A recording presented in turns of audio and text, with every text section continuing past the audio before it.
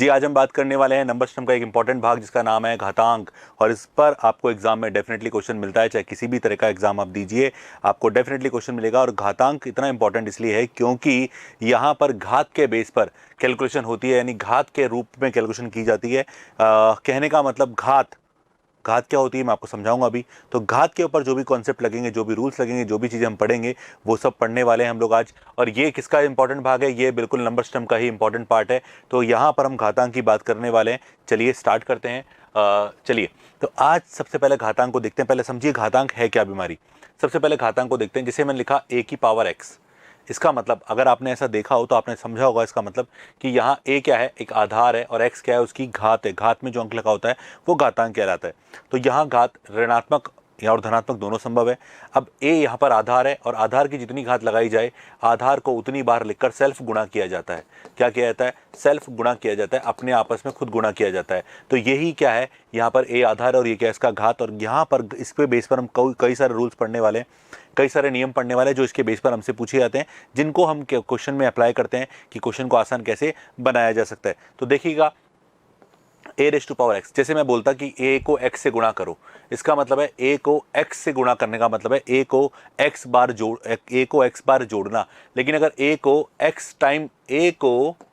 x time गुणा करना है, x बार लिखकर गुणा करना है, तो उसका मतलब क्या होता है, यहाँ पर घातांक होता है। तो दोनों का अपना अपना मतलब है। इसका मतलब a को x बार जोड़ना और इसका मतलब है a को x बार गुणा करना। तो a को x बार गुणा करने का मतलब यहाँ पर क्या है, a raise to power x। तो यहाँ पर हमने x बार लिख दिया इसको। जैसे मैंने लिखा 2 की पावर 5, तो क्या मतलब है, यहाँ पर 2 आधार और 5 क्या है, उसकी घात है।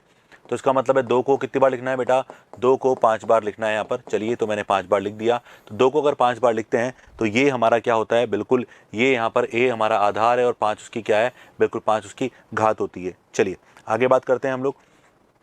तो कुछ बेसिक्स को देखते हैं। पहले क्या है, यदि किसी संख्या x को स्वयं के साथ n बार जोड़ने पर परिणाम क्या होता है, बिल्कुल x कितनी बार, n बार। तो इसका मतलब x इंटू एन, जो मैंने आपको बताया। सेम यहाँ पर 4 4 4 15 बार लिखा तो 15 चौक 60 इसका रिजल्ट हो जाता है। लेकिन अगर मैं 4 को 15 बार गुणा करूँ, इसका मतलब है 4 की पावर कितनी होती है, 15 यहाँ पर होती है, जैसा कि मैंने आपको बताया। बिल्कुल वही चीज़ यहाँ पर है आपके सामने।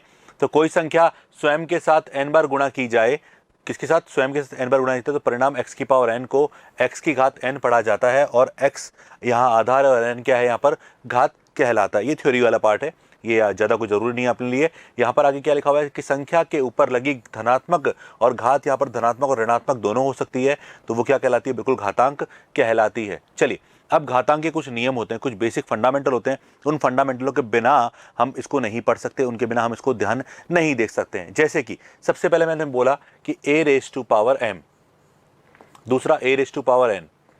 ये दो पद है हमारे पास, दोनों का आधार क्या है बेटा, यहाँ समान है, और की घात है, एक की पावर m है और एक की पावर n है। जब दो पद जिनका आधार समान है और दोनों गुणा में लिखे हुए हैं, तो उनके आधार को मर्ज कर दीजिए, मर्ज कर दिया और घातों को क्या कर दिया, बिल्कुल जोड़ दिया।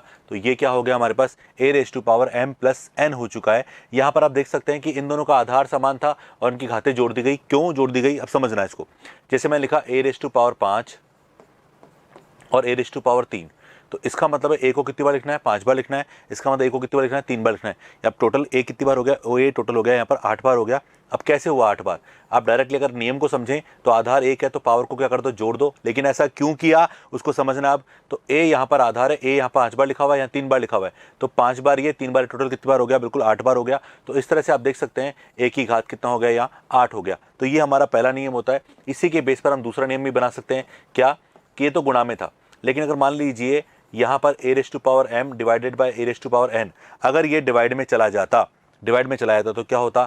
अब देखो, अगर पावर ज़्यादा ऊपर है तो ऊपर बच जाएगी, बच कैसे जाएगी, m माइनस n, और अगर नीचे पावर ज़्यादा है तो नीचे बच जाएगी ये।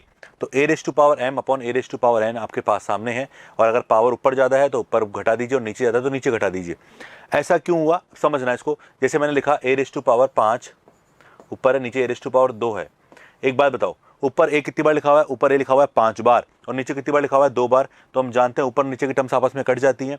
तो ऊपर 5 बार लिखा हुआ है, नीचे 2 बार लिखा हुआ है, तो 2 बार तो कट जाएगा, कितनी बार बचेगा, 3 बार। तो यहाँ पर देख सकते हैं ऊपर बचेगा 3 बार, इसका मतलब है कि 5 में से 2 गया तो कितना बचा, 3। अगर इस एग्जाम्पल को ऐसे देखते हैं, a raise to power 2 upon a raise to power 3, तो बताओ ज़्यादा पावर कहाँ है, ज़्यादा पावर है नीचे। या ऐसे समझो, ऊपर 2 बार आपने लिखा, नीचे 3 बार लिखा, ठीक है, 2 बार कट गया तो नीचे 1 बार बच गया, तो a अपॉन 1/a बच गया हमारे पास। तो ये हमारा क्या हो सकता है, बिल्कुल ये भी हमारा क्या हो सकता है, आंसर हो सकता है। तो इस तरह से भी हम क्या कर सकते हैं, क्वेश्चन को सॉल्व कर सकते हैं। क्लियर है? तो यहाँ पर ये 2 नियम हमने पढ़े। ऐसे बहुत सारे नियम होते हैं 2 से। अब देखो इन दोनों को चीज़ों को देखो आपस में, ये दोनों सेम ही है, बराबर है।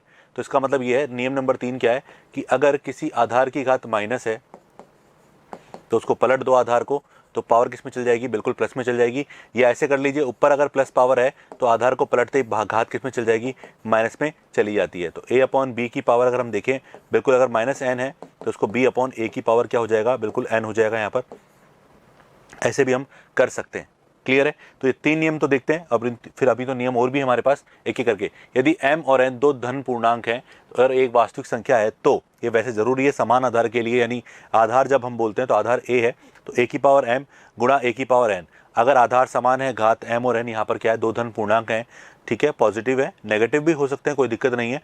तो a की पावर m प्लस n हो जाता है, जैसे 2 की पावर 5 और 2 की पावर 3, तो जुड़ के कितना हो गया, 2 की पावर 8 हो गया। चलिए, अब यहाँ पर अगर नेगेटिव होता तो क्या होता, तो भी गलत नहीं होता, तो भी सही था इसका आंसर। 2 और 3 जब जुड़ेंगे तो ये माइनस का 3 है, तो कितना हो जाएगा, माइनस का 1 बचेगा। तो 1 जब पावर नेगेटिव है तो हम उसको नीचे ले आते हैं, मैंने आपको जस्ट बताया अभी 3 नंबर 3। अब यहाँ देखो, अभी तो गुणा में था, भाग में की बात करते हैं। a की पावर m अपॉन a की पावर n यहाँ पर लिखा हुआ है, और ये बराबर a की पावर m माइनस n हम यहाँ पर हो चुका है, जो कि पावर ऊपर ज़्यादा नीचे कम है, तो 1/m। और या फिर ऐसे देख सकते हैं, अगर नीचे पावर ज़्यादा है तो नीचे भी हम घटा सकते हैं, जैसे कि मैंने आपको बताया था। बिल्कुल ऊपर ज़्यादा है तो ऊपर बच गया, और अगर नीचे ज़्यादा तो नीचे बच जाएगा। नियम नंबर 3 हमारे सामने है, a रेज़ टू पावर 0 बराबर 1। कोई भी आधार हो, कोई भी आधार हो, बस जीरो को छोड़कर यहाँ कोई भी आधार हो, उसकी घात अगर 0 है, यानी किसी भी आधार की घात अगर 0 है, तो उसका मान कितना होता है बेटा, उसका मान हमेशा क्या होगा, 1 होता है। कितना होता है, 1 होता है। जैसे एक बार एग्जाम में क्वेश्चन आया था, 3a² b की पावर 3 c की पावर 4 बटा x की पावर 2 y की पावर 6 और z की पावर 8, ऐसा कुछ क्वेश्चन था। और चुपचाप से पावर कितनी लगा रखी थी इसके ऊपर, 0। तो इसका मान कितना हो जाएगा, इसका मान बेटा 1 हो जाएगा। क्या हो जाएगा, 1। आधार कुछ ही हो, अगर पावर में 0 है तो उसका मान हमेशा कितना होगा, 1 होगा। तो इसका आंसर क्या हो गया बेटा, 1 हो चुका है। चलिए, तो यहाँ पर जरा देखिए, अब देखो यहाँ पर 2 की पावर 0 गुणा 2 की पावर 3, अगर हम देखें तो यहाँ पर किसी भी तरह से आंसर निकालो।